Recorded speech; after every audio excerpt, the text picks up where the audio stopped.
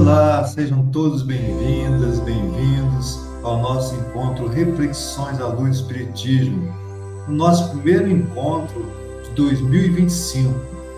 E esse encontro, assim, muito especial, com a sua participação. Nós agradecemos aqui a sua presença pelas nossas redes sociais. Deixe aí o seu comentário, curta, compartilhe, se manifeste. Hoje nós temos um assunto extremamente importante e necessário sobre a inteligência emocional, a educação parental, como é que lidar com as crianças, né? Nesse mundo hoje tão desafiador.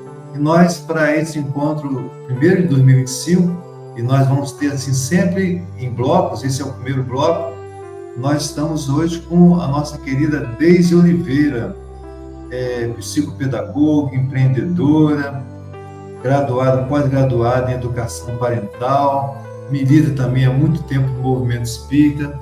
Então vamos dar as boas-vindas para a Deise. Olá, Deise. Olá, bom dia. Oi, que bom, seja bem-vindo, bem-vinda, né? Nós estamos tentando já esse encontro várias vezes, né? Sim, hoje deu certo. É o benefício, né, da internet, né, com a conexão, né? Você está em outra instância, né, em outro patamar. E a gente vai se falando. Então, Deise, eu queria que você falasse brevemente um pouquinho da sua trajetória, né, da sua formação, do seu lidar também no movimento espírita, né? Eu sei que seu currículo é vasto, mas um pouquinho para a gente ir direto ao assunto, que é a inteligência emocional, a educação parental, que a gente precisa tanto ouvir, né, e saber como lidar. Então, é contigo. Eu sou evangelizadora infantil há mais de 15 anos. Eu adoro trabalhar com crianças e as minhas duas filhas já aprenderam desde o ventre a cuidar do espírito delas e aprender sobre o Evangelho de Jesus. Eu acho extremamente importante que todas as mães incluam seus filhos na evangelização infantil, seja lá onde for, seja na casa espírita, seja na igreja católica, seja na igreja evangélica, mas que tenham os ensinamentos de Jesus no seu dia a dia. Isso transforma a visão da criança do bem, do mal, do que o Criador nos fez, como a nossa imagem e semelhança a Ele, e a casa fica um ambiente com muito mais paz, onde a gente tem o Evangelho de Jesus. Eu aprendi, quando a minha filha mais nova nasceu, eu senti muita falta de conhecimento, porque ela tinha muito ciúme da irmã mais nova, mais velha, a mais velha tinha ciúme da irmã mais nova, e eu não sabia lidar com aquilo, e eu vivia nervosa, estressada, irritada, e aí eu senti vontade de bater, e eu fiquei, gente, mas por que bater numa criança? Não faz sentido nenhum. E aí eu fui buscar conhecimento. Falei, porque fizeram isso no passado, a gente não precisa repetir esse ciclo. Eles faziam porque não tinha conhecimento nenhum. Então eu comecei a entender que era muita falta de conhecimento. E foi através da inteligência emocional que mais eu mudei a minha forma de tratar minhas filhas, a vê-las de maneira diferente. Quando a gente sabe sobre desenvolvimento humano, como o corpo humano funciona, como o cérebro da criança funciona, a gente tem uma outra visão. A gente como se desembaçasse os nossos olhos para ver pela perspectiva da criança. Porque a gente tem a ideia que a criança me tira do sério, a criança me irrita, a criança faz de tudo para me irritar. E aí, quando a gente estuda um pouquinho, a gente vê que não é bem assim. Nós que estamos inflamados e irritados, né, como se a gente tivesse pegado sol, muito sol e tá tudo vermelho, e a criança encostou a mão no ombro. Como tá muito ardida, a gente não aguenta, a gente fica desesperado. Se a gente estivesse sem toda essa inflamação, essa ardência, a criança ia encostar e a gente ia sentir só uma mão no ombro. Mas como nós passamos por muitos traumas, a gente fica altamente nervoso e quer sempre culpabilizar a criança.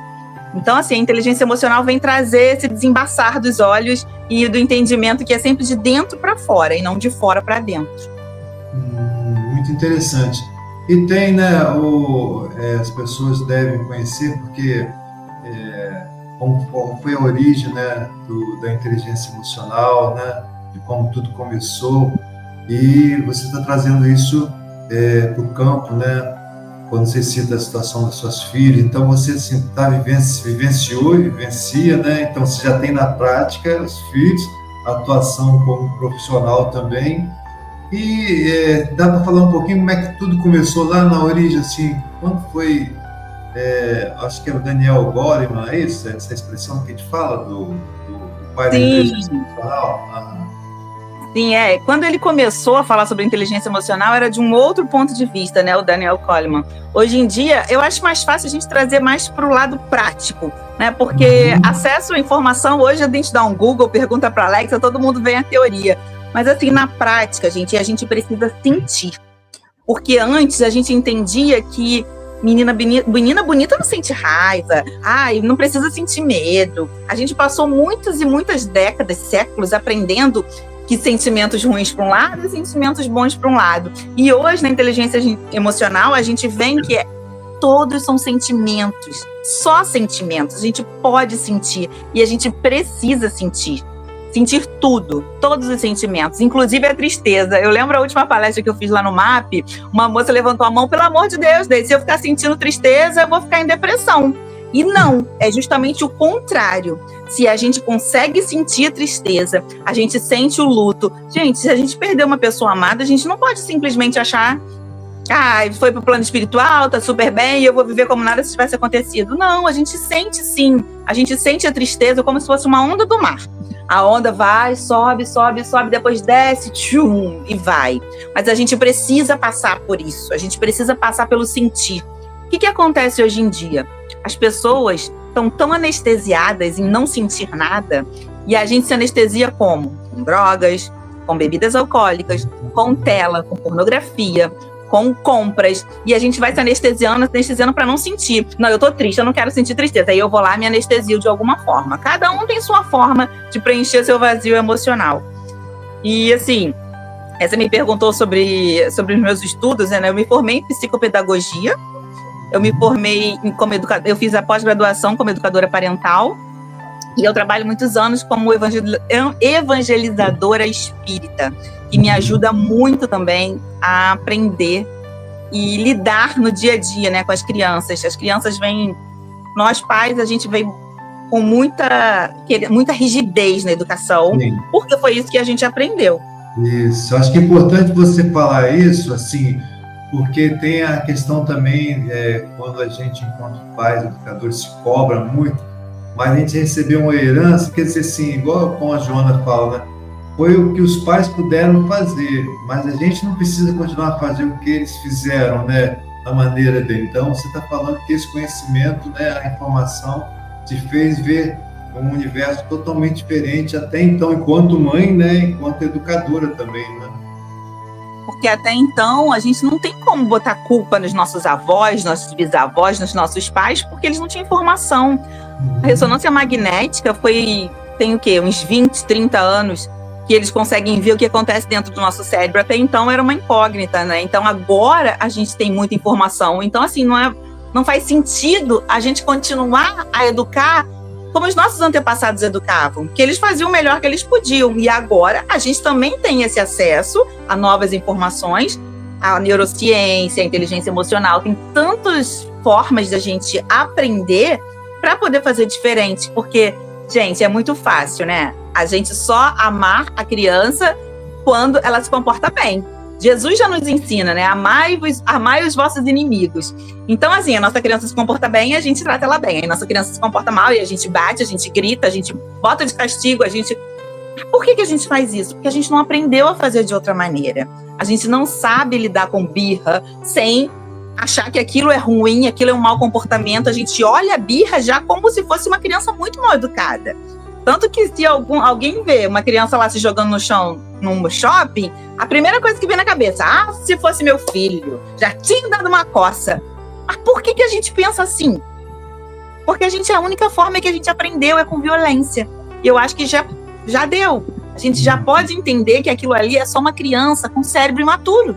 O cérebro da criança, ele vai começar a formar as conexões neurais aqui no córtex pré-frontal, que é aqui na frente, a partir dos 4 anos. Então, querer que uma criança de 2 anos tenha seja comportada é impossível quando a gente estuda neurociências. Ela não tem o processo inibitório dela para parar. Poxa, eu quero muito brincar naquele brinquedo, minha mãe disse não, então eu não posso, eu tenho que ficar quietinho. Ele não consegue, é mais forte que ele. Então, ao invés da gente falar, para com isso, não faz isso, e querer bater para poder ele se assustar e parar, porque a criança não para porque ela aprendeu que não deve fazer, ela parou porque congelou. Ela ficou com tanto medo e ela congelou. E esse congelamento tem um preço. Por que hoje em dia nós estamos aí lotados com gente com depressão, crise de ansiedade, tomando remedinho para dormir, ansiolíticos? São vários traumas que a gente teve na nossa infância. E mais uma vez, gente, não é culpa dos nossos pais. Eles não sabiam o que eles estavam fazendo, eles estavam repetindo esse ciclo transgeracional por falta de informação. Mas hoje, agora, vocês têm informação.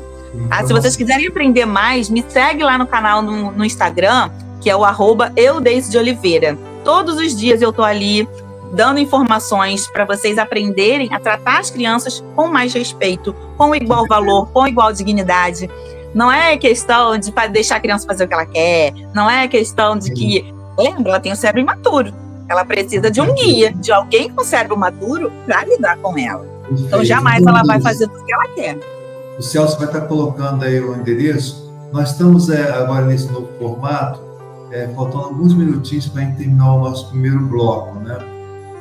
E aí, quem está acompanhando aqui, nós agradecemos pelo YouTube, pelo Face, pelo Instagram. Pode deixar o seu comentário, compartilhe, faça a sua indagação. Agora, Deise, nesse primeiro momento aqui, você já fez assim, como se fosse um diagnóstico da situação de como, né, a criança, né, ela se manifesta ali, o que significa aquele momento, né? Mas uma dificuldade dos pais, aí você tem 3 minutinhos para falar, e a gente continua o nosso bloco, é assim, e aí, como os pais fazem? Você pegou essa situação do shopping, por exemplo, né? Agora, né, esses dias mesmo, a gente passando com a minha esposa e tal, e tem crianças e crianças, né? Tem dificuldades, né? E aí, naquela situação, qual é o básico para fazer? Lógico que a gente sabe que vai variar de situação para situação, mas às vezes a gente tem um eixo de procedimento possível em relação quando a criança ela está numa situação em que se jogou no chão realmente, né? E aí os pais vão lá, né, inadvertidamente, né? A gente pode até fazer depois um link com o filme, né, Divertidamente, não sei se você acha que cabe, né? E assim, mas os pais ficam assim, tá, e aí? O que eu faço com isso? Porque a quantidade também de crianças, TDAH, hiperatividade, etc., embora tenha alguns questionamentos de diagnóstico, né, procedimento, que a gente também transitou, né, nessa parte durante algum tempo. Mas, diante desse desafio, o que os pais podem fazer nessa situação, por exemplo, que você trouxe do shopping? Mas essa resposta você vai trazer no próximo bloco. Estamos aqui fechando nosso primeiro bloco. Próximo bloco, então, a Deise, nossa empreendedora, educadora, evangelizadora, educadora parental, vai nos dar dicas de como lidar com as situações, com as chamadas birras, né? Que as crianças eles trazem, né? Que ser é esse, né? Que criança é essa na visão também espírita, podemos pensar assim. Então, estamos encerrando aqui o nosso primeiro bloco. No próximo bloco, Deise, então, a gente já entra com essa resposta. Pode ser? Não perca o próximo bloco, hein, gente? Tchau, tchau!